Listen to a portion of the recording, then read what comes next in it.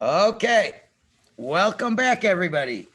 We're back live in our Westmount Shul studios in the Fireside Lounge, and a number of people are here, and we have people on Zoom. I'd like to finish up this section today of how to overcome these causes of having people be distant from us. We've discussed how we have to overcome, when people give us pain. We have to overcome if we see people are not as religious as us. And the last thing we have to look at, hey, ma'alas ha'achdus uschara. What is the virtue of unity and its reward? That's the name of the fifth subcategory here. The chashiv ma'od lilmod al godol ma'alas ha'achdus. It's very important to learn about the great virtues of unity. Why? Why is it so important to be unified? Because through that,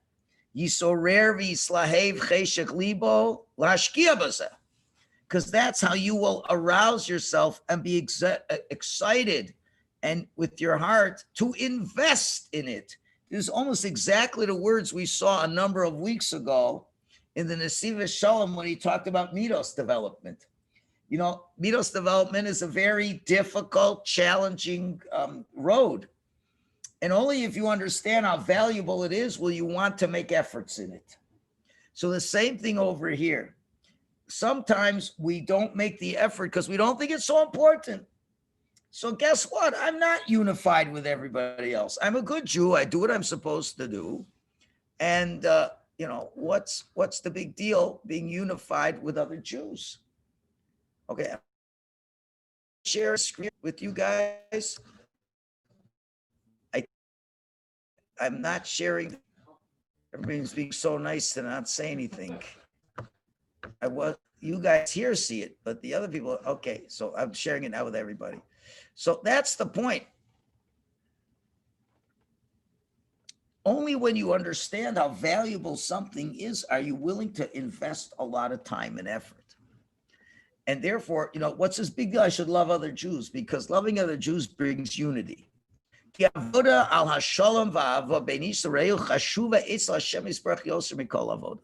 service that we do to work on peace and love between me and my fellow Jew is so important to Hashem, more so than other services to Hashem, more so than learning Torah, more so than davening. They're all important, but the most important one is that all Jews feel united with each other. What's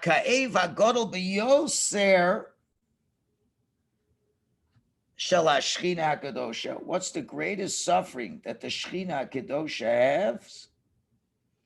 Who? When people don't respect other people. And that's the main reason for the last Golus we're in. Because they came because of baseless hatred, and the whole redemption is based on that. So the fifth and final point is saying that, it's hard, but how do you overcome the obstacles? You have to know how valuable it is. And only when you understand how valuable it is, then are you prepared to make the effort for it. So now what he does to end off this chapter on page Chaf Dalet and Chaf Hey, he says, Ube'emes mitzvazu, and the truth is this mitzvah, mitzvahs v'ahavterecha kamocha, this mitzvah of loving your fellow Jew like yourself, noheges b'chol zman. It's a mitzvah at all times. V'nichtov iktzara kamen nekudos b'malas ha'achdus. Now I'd like to write a few bullet points of the virtues of unity. And the footnote on the bottom says that the students gathered it from different talks that the Rebbe brought, and therefore they're just collecting from various sayings that he had.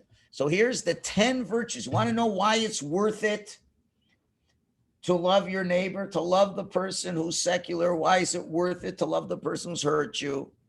Because of the following 10 benefits that you get from it. And if it's something that you appear has a lot of benefits for you, you want to get involved. So let's begin. Benefit number 1.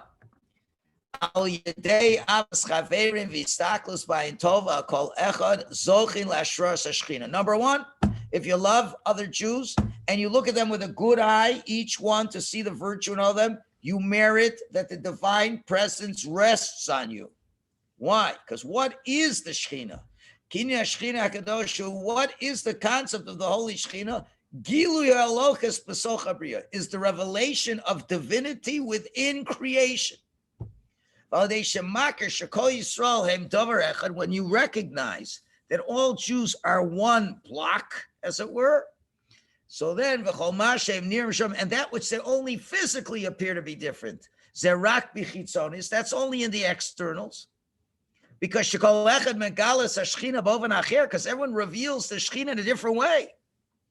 But you look at the inner essence of every Jew, they're one.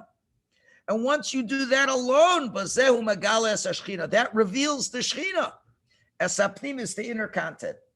When you are able to recognize that every Jew, mamish, is a portion of God on high, so that itself means the Shechina is there, at least for you, because you can sense that. Let's say that the consequence, let's say a person really makes a lot of efforts to serve Hashem, goes through a lot of challenges to do a lot of mitzvahs. He's machmir to do mitzvahs in the best way possible. But if he denigrates the value of having a good relation with other people, and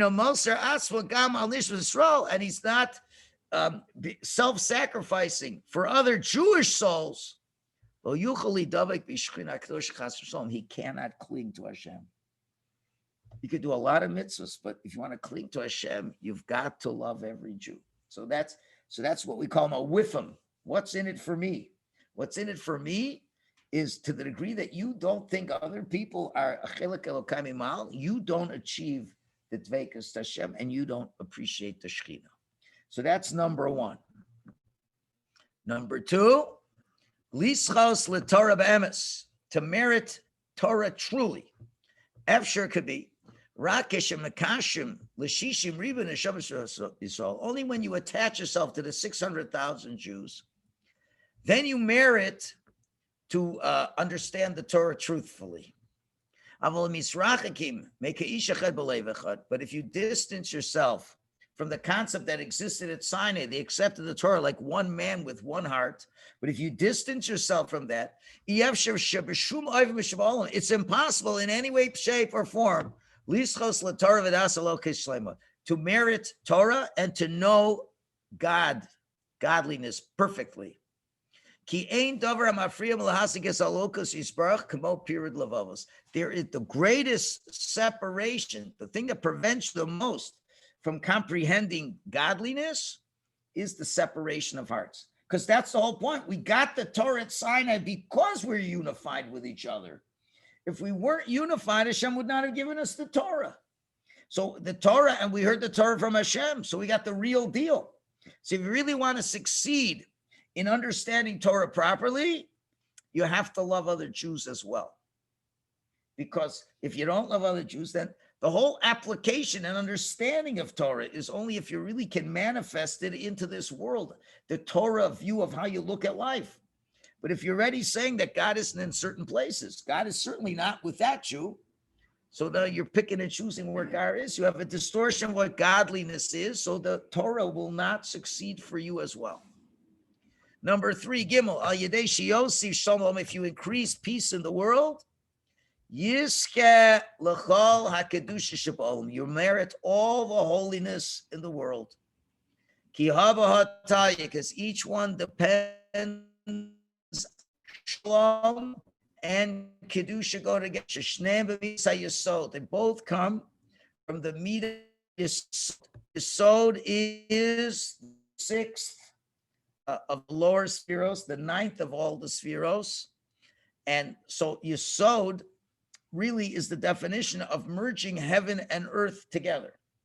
That's the bonding of heaven and earth together. It's to have everything that you understand in terms of spirituality, and it manifests itself. There's no separation between the the lofty concepts of Torah, and now you bring it into reality. That's Yesod. And he's saying, so that Yesod really makes Shalom and Kedusha the same thing. Now, we know that every mystical sphera is connected to a different part of the body. So Yesod is the reproductive organ. And the reproductive organ is definitely one where there's a lot of issues of Kedusha. Great sanctity has to happen for a person to have a proper understanding of what the reproductive organ is all about. And the reproductive organ is, in one way to physically connect with one other human being and to produce children in this world. That's what it's there for. So obviously, for a male and female to get together, there's got to be a tremendous amount of shalom, tremendous amount of peace. And what happens when that act of reproduction? That is an incredible act where they say there's 3 partners in the world to every baby: father, mother, and Hashem. This is one of the, it's not the only time, but it is such a powerful manifestation of binding the heaven and the earth. You have Hashem above. You have 2 people that are intimate with each other. They produce a certain chemical reaction that happens between them. And Hashem goes and puts a soul from heaven in the midst of all that. And, the kind of child you have depends a lot on what's going on at the time of intimacy. Is there a lot of shalom? Obviously, by definition, there's got to be shalom. To have a man and a woman that are so opposite, they're not created on an external way to want to be together this way. And they are. How are they? Because they're shalom. And then when they're doing it properly, there's a tremendous amount of kedusha in such a place.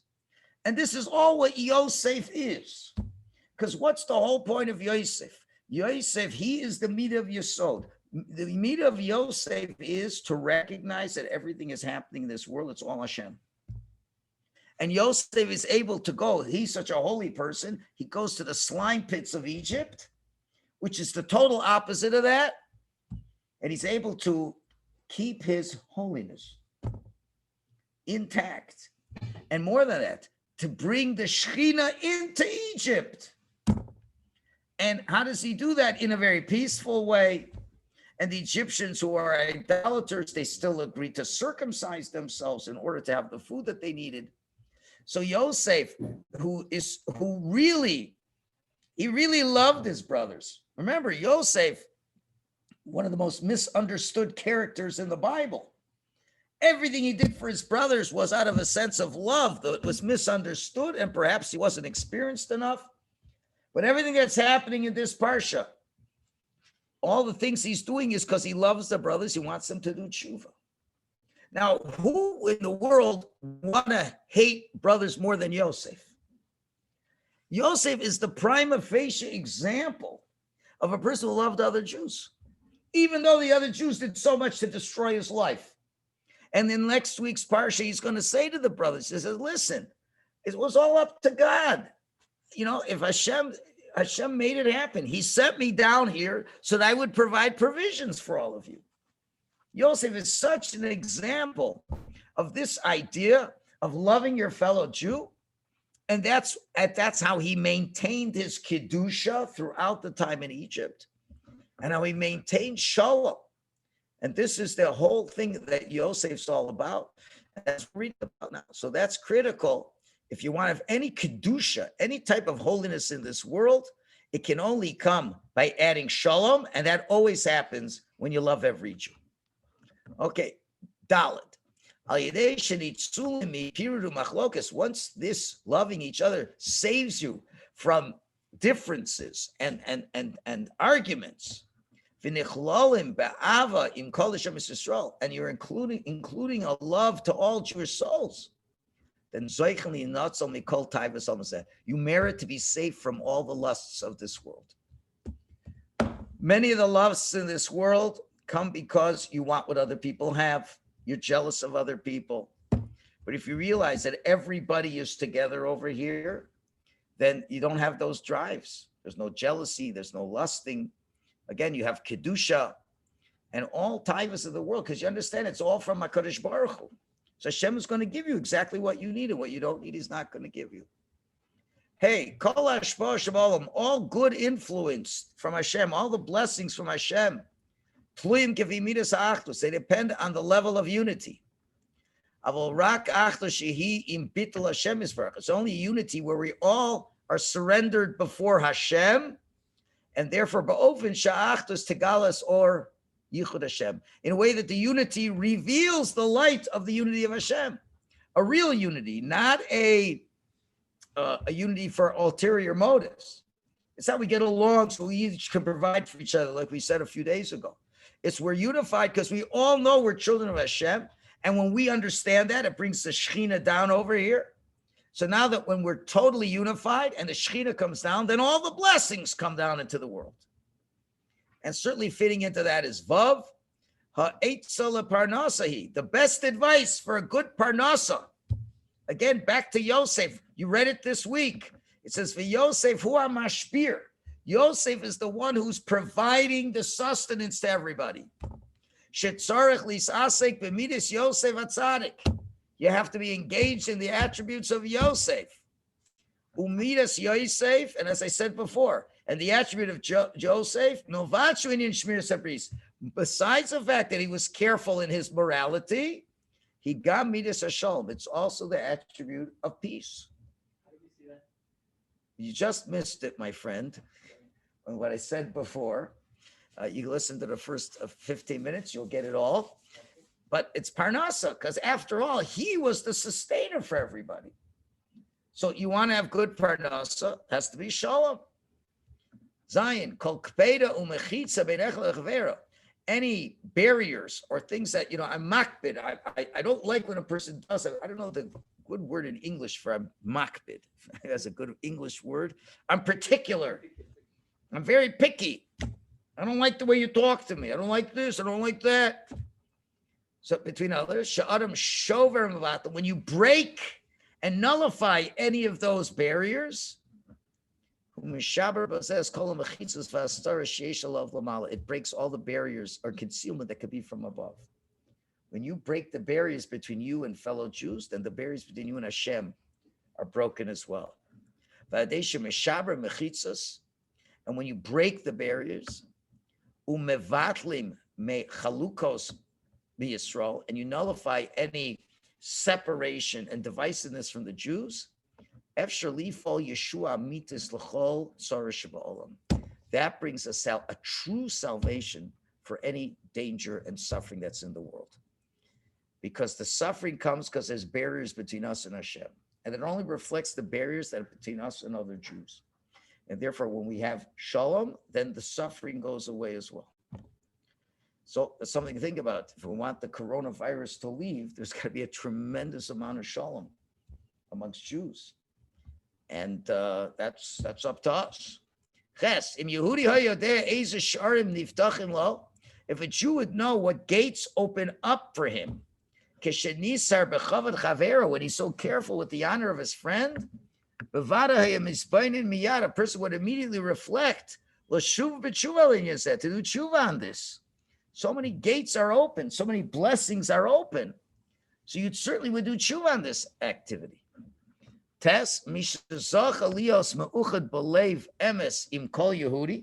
Anyone who merits to truly be unified in his heart with every Jew, and therefore, even if he is lacking, even if, let's say, you're missing a mitzvah. Okay, let's repeat it again because it's like the end of the sentence there to get it clear. Right? If you really are feeling at one with every Jew, so let's say there's certain mitzvahs you're not able to do. Not because you don't want to, you're not able to do it. Yuchal Ashlima, it can be fulfilled. Because the one that you bind yourself with has done it. Like one goof. This is a very important thing. We know it's the idea of Kedoshim to you to be a holy person. And the idea of being a holy person means that every part of the human being has to be perfected. Now we know, just like there's 613 principal organs and sinews in a human being, there's 613 mitzvahs. Each mitzvah you perform perfects another part of your personality. Now, obviously, no one Jew can do all these mitzvahs. Since no one Jew can do all these mitzvahs, by definition, we are going to lack perfection. A man can't do every mitzvah that a woman's supposed to do. A woman can't do a mitzvah every man's supposed to do. A Yisrael can't do the mitzvah of a Kohen or a Levi. And the Kohen or Levi can't do the mitzvah Yisrael can do. And all of us cannot do any of the mitzvahs that we could have done when we had a Beis Hamikdash. So when you really boil it down to it, the Chavetz Chaim wrote a shorter sefer, the sefer mitzvahs hakotzer. What are the actual mitzvahs we can actually do nowadays? It's a fraction of all the mitzvahs that can be done. So what hope is there? There's so many mitzvahs we're not able to do. And we're not going to have that perfection. How are we going to get that true olam haba? And the answer is, it's not a problem. This is the whole reason why there's the idea of Kol Yisrael Arevim Zelazeh. Every Jew's responsible one for another. We're one block. We're one block in this world, and more than that. Souls, if I'm a soul of Hashem and you're a soul of Hashem, how about the last generation? The generation before that? The generation is going all the way back to the Beis Hamikdash. They're all divine souls. And what does that mean by definition? That means all the people who have died in the past, they're not dead. A soul isn't dead. They're in Olam Haba. My soul that I have, it's a part of the greater collective Jewish soul that every Jew in this planet shares with me, and every Jew through history shares with me. And therefore, if I'm unified, unity therefore means not just unity amongst ourselves in the present, but unity historically all the way back to Sinai, to be unified with every single Jew that exists. And what that does for me is that when I go up to Shemayim and Hashem says, I see there's a lot of mitzvahs you didn't do. So you say, you're right, Hashem, but I was connected to the entire Jewish people.